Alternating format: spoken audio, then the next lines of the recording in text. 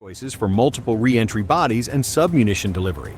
Its first recorded combat employment on 21 November 2024 was simultaneously a test, a demonstration of capability, and a strategic message. A road mobile launch that reached hypersonic terminal velocities and delivered multiple warheads against a single target complex. Technically, Oreshnik sits in a distinct niche. Range and boost profile place it between theater ballistic missiles and true ICBMs. Sufficient reach to complicate regional air and missile defenses while retaining the mobility and concealment advantages of a road-based launcher. Open assessments link its architecture to RS-26 design work. Shortened or modified boosters, compact post-boost vehicles, and MIRV-style dispersal mechanisms, which together enable multiple independently separable re-entry bodies or clustered submunitions to arrive within seconds of each other at hypersonic speeds. That terminal velocity is the defining feature. Kinetic energy at Mach 10 plus significantly magnifies destructive potential and complicates existing interceptor timelines. Operationally, the system is a dual-use escalation force. Its payload options, and reported conventional high-explosive fragmentation clusters or strategic nuclear devices, give planners a toolkit for both area denial and strategic coercion. That duality shapes doctrine. Employment can be calibrated to inflict material damage against hardened or dispersed infrastructure, to saturate point defenses with multiple high-velocity threats, or to serve as a political deterrent by demonstrating a credible MIRV-capable theater asset. Analysts caution, however, that while Oreshnik's concepts are technically plausible and demonstrated in a single combat instance, production numbers and long-term accuracy for conventional precision effects remain open and intelligence questions.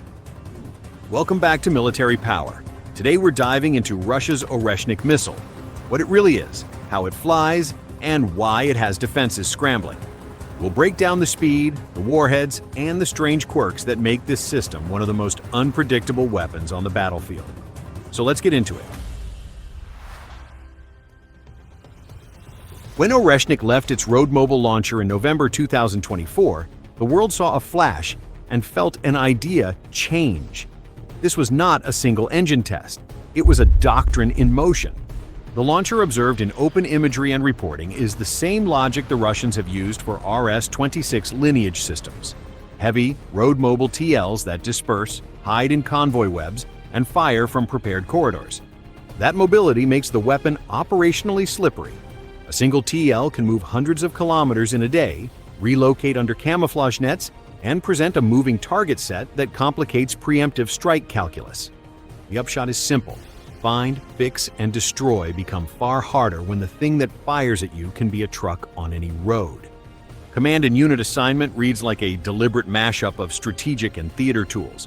Strategic Rocket Forces doctrine and imagery link Oreshnik to mobile brigades trained in autonomous movement, CEP-driven strikes, and rapid redeployment. Those brigades are skilled at a mission's discipline and launch on remote command procedures, which reduces the window for hostile targeting. At the same time, the missile fills a gap between Iskander short-range tactical rockets and siloed strategic systems such as Topol and Yars. By sitting in that middle lane, Oreshnik can be task-organized for 3 missions: coercive theater strikes from deep rear area positions, saturation attacks designed to break layered defenses, and signaling strikes that recalibrate an adversary's political calculation. The launcher is just one piece. Inside the post-boost bus lives the operational trick: multiple separable re-entry bodies. Reported public estimates describe up to 6 re-entry bodies or a cluster-style submunition layout, each arriving at terminal speeds the Russians claim exceed Mach 10. Those numbers are not rhetorical. At Mach 10, a re-entry body closes at roughly 3,430 meters per second. For the defender, that compresses sensor, decision, and interceptor timelines into measured tens of seconds. Radar tracks multiply, association algorithms struggle, and human decision loops fray. A single salvo becomes a test of software, process, and money, because each incoming track can force launch of an expensive interceptor. Warhead options turn tactical ambiguity into strategic leverage. Oreshnik has been described in open reporting as dual-capable, configurable for conventional submunitions, unitary penetrators, or nuclear packages. Concretely, conventional submunition loads are optimized for area denial, runway cratering, fuel terminal destruction, and logistics node disruption, while unitary penetrators paired with delayed fusing target hardened hangars and subterranean facilities. The nuclear option is the ultimate escalation card. Its mere possibility forces adversaries to treat every launch as a potential strategic event. That ambiguity shapes whole-of-government crisis responses well before the first fragment hits the tarmac. Production scale and cost drive doctrine. Public budget analogs and authoritative U.S. studies put hypersonic unit costs in a broad band, roughly $15 million to $18 million per unit for air-launched prototypes in production scale, and higher for ground-launched boost glide designs. Comparable Army estimates for ground boost glide concepts have quoted numbers in the $40 million range per missile. Using these reference points, a reasonable working estimate for a complex MIRV-capable hypersonic like Oreshnik is tens of millions per round when produced at scale, likely higher in early limited production batches. That price tag explains selective employment, sparing use for high-value targets, signaling strikes for coercion, or concentrated salvos when commanders want to drain adversary interceptors and force replenishment. Defenders count dollars too. Modern interceptors carry steep per-shot prices. Patriot PASH-3 MSE interceptors are routinely priced in the mid-single-digit millions of dollars per missile, while ship-based SM family interceptors can range from single-digit to tens of millions per round depending on variant. That economic mismatch is part of Oreshnik's effect. Using one hypersonic round to force the expenditure of multiple multi-million-dollar interceptors is a war economy lever. The result is a cascading logistics problem. Reloads, transport, and forward stockpile distribution suddenly become decisive campaign variables. How Oreshnik changes the map is both tactical and cognitive. Tactically, air bases, repair yards, fuel hubs, and logistics railheads that once had hours of warning must now be defended for minutes or even seconds. Carrier strike group commanders must calculate pre-departure risk corridors based on assumed depth of launcher penetration inland. Cognitively, political leaders face a new crisis calculus. The presence of a dual-capable mobile MIRV-style hypersonic weapon creates an instant ambiguity that regional and global leaders must resolve under time pressure. That ambiguity is, in itself, coercive. Comparisons sharpen the picture. The United States pursues platform-diverse hypersonics, air-launched ARRW-type concepts, and ground-launched LRHW-type programs, with a procurement focus on production scale and integration across services.